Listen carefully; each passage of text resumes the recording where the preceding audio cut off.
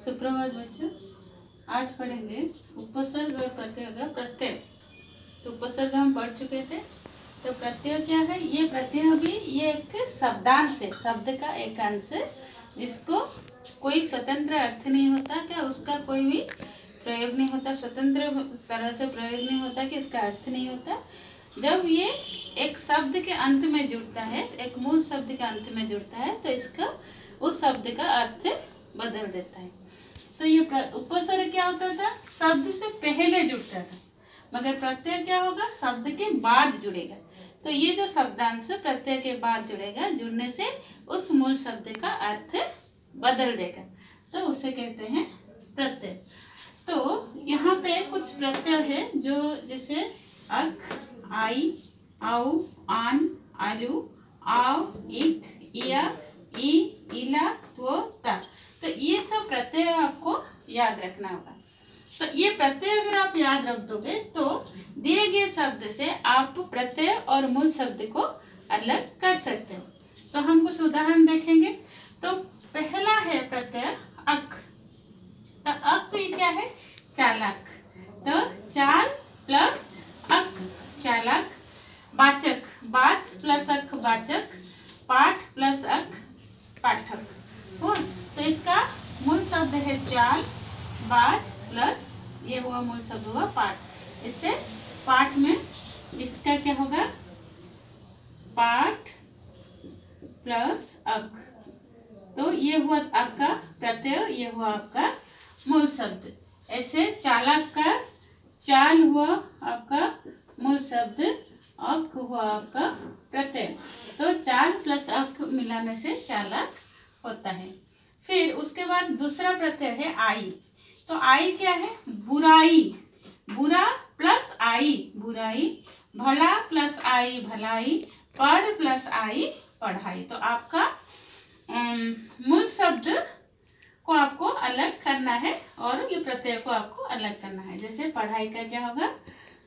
पढ़ प्लस आई, वो आपका पढ़ाई। तो आपका पढ़ हुआ मूल शब्द और आई हुआ आपका प्रत्यय। भला, भला प्लस आई हुआ भलाई हुआ। तो मूल शब्द है भला, आई हुआ प्रत्यय। उसके बाद और एक प्रत्यय है आऊ। आऊ क्या हुआ? टिकाऊ। टिकाऊ, बिकाऊ, कमाऊ। तो टिकाऊ कैसे? टिक प्लस आऊ लगाने से क्या हुआ? टिकाऊ। ये टिक हुआ आपका मूल शब्द और आऊ हुआ प्रत्यय। बिकाऊ, बिक प्लस आऊ बिकाऊ। तो मूल शब्द हुआ आपका बिक और आपका प्रत्यय हुआ आऊ। तो ऐसे आपको मूल शब्द और प्रत्यय को छांटना है।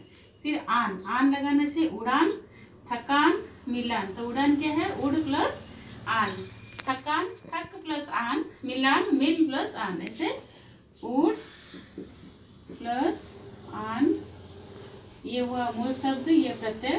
फिर थक प्लस आन, थकान। थक हुआ आपका मूल शब्द, आन हुआ आपका प्रत्यय। ऐसे आलू। आलू लगाने से दयालु। दया प्लस आलू। कृपा प्लस आलू। ये सिर्फ लू प्रत्यय नहीं होगा, ये दया होगा, फिर ये होगा आलू। कृपा हुआ, ये होगा आलू। लज्जा प्लस आलू, लज्जालू। फिर आया उसके बाद और एक प्रत्यय आओ। आओ लगाने से क्या होता है? बचाओ। बच प्लस आओ बचाओ। देन चढ़ाओ। चढ़ प्लस आओ चढ़ाओ। लग प्लस आओ लगाओ। तो ये हुआ आओ प्रत्यय का उदाहरण। बचाओ, चढ़ाओ, लगाओ। फिर इक, धार्मिक। धर्म प्लस इक। तो धार्मिक क्या होता है? धर्म प्लस इक लगाने से आपका मूल शब्द हुआ धर्म और प्रत्यय हुआ इक, धार्मिक। ऐतिहासिक क्या होगा? इतिहास। इतिहास आपका हुआ मूल प्रत्यय, उसके बाद इक लगाने से ऐतिहासिक। सामाजिक क्या होगा? समाज। तो इसका मूल शब्द होगा समाज प्लस इक, सामाजिक हुआ। तो आपको मूल शब्द को आपको छाटना है। फिर इया, इया हुआ बिटिया, तो बेटी प्लस इया, बिटिया का क्या होगा, बिट नहीं, आपको मूल शब्द क्या होगा, बेटी प्लस इया, बिटिया, तो बेटी होगा आपका मूल शब्द।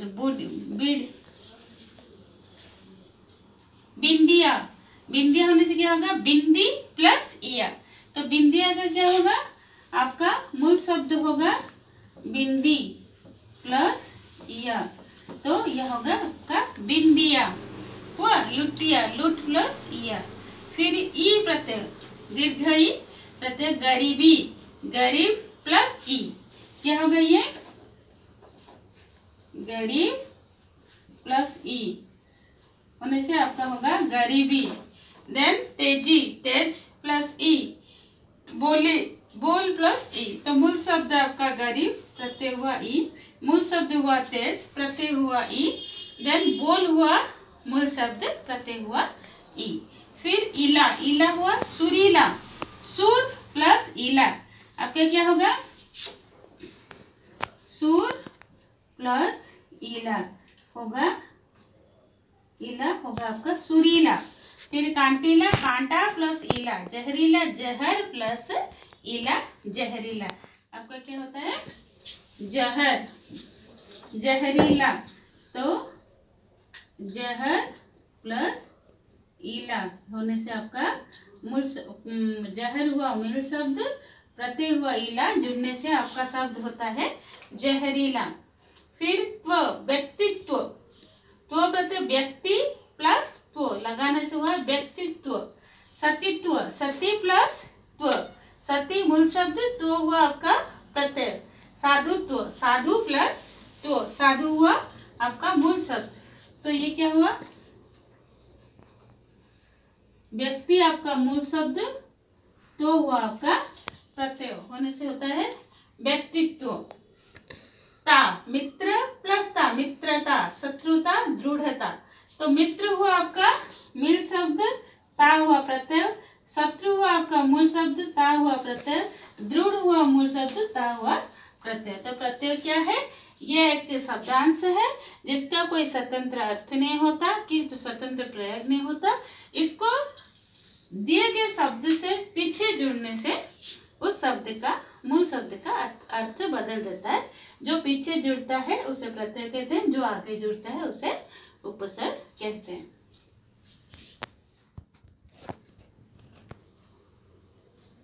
और नेक्स्ट करते हुए मी, मी पा मान वाला, ओढ़नी, मी प्रत्यय का उदाहरण है ओढ़नी, जननी, करनी, तो ओढ़ प्लस नी, ओढ़नी, ओढ़, वो आपका मूल शब्द, नी हुआ प्रत्यय, जन प्लस नी, जननी, जन हुआ आपका मूल शब्द, नी हुआ प्रत्यय, कर, कर मूल शब्द, नी प्रत्यय। फिर पा लगाने से बुढ़ापा, मोटापा, तो बूढ़ा प्लस पा, बुढ़ापा, मोटापा, मोटापा मीन्स मोटा, मूल शब्द प्लस पा हुआ मोटापा। देन मान, बुद्धिमान, विराजमान, तो आपका बुद्धि हुआ मूल शब्द, मान हुआ प्रत्यय, विराजमान, विराज हुआ मूल शब्द, मान हुआ आपका प्रत्यय। फिर वाला लगाने से दूध वाला, सब्जी वाला, दूध हुआ आपका मूल शब्द, वाला हुआ प्रत्यय, सब्जी हुआ आपका मूल शब्द, वाला हुआ प्रत्यय। तो क्या क्या प्रत्यय है आपका, एक है अक, आई, आउ, आन, आलू, आओ, इक, इया, दीर्घई, इला, त्व, ता, फिर नी, पा, मान और वाला, तो इतना है आपका प्रत्यय जो शब्द से शब्द के बाद जुड़ता है।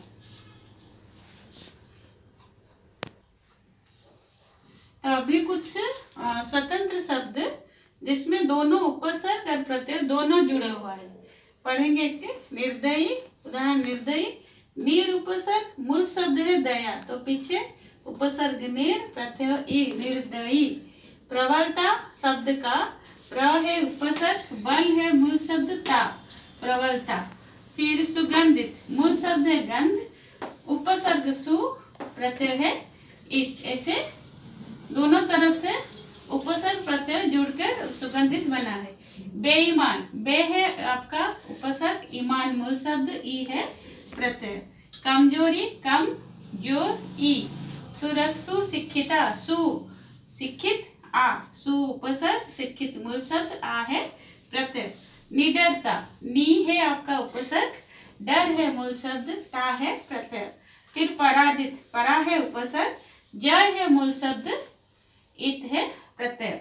देन दुराचारी, दूर है आपका उपसर्ग, आचार है मूल शब्द, ई है आपका प्रत्यय।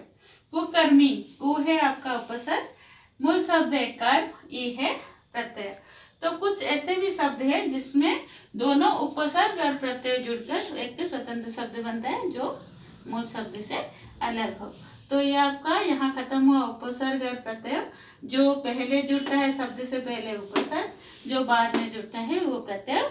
मगर ये नीर या ई या प्र, ये ता, इसका कोई स्वतंत्र अर्थ नहीं होता। तो आज के लिए इतना, धन्यवाद।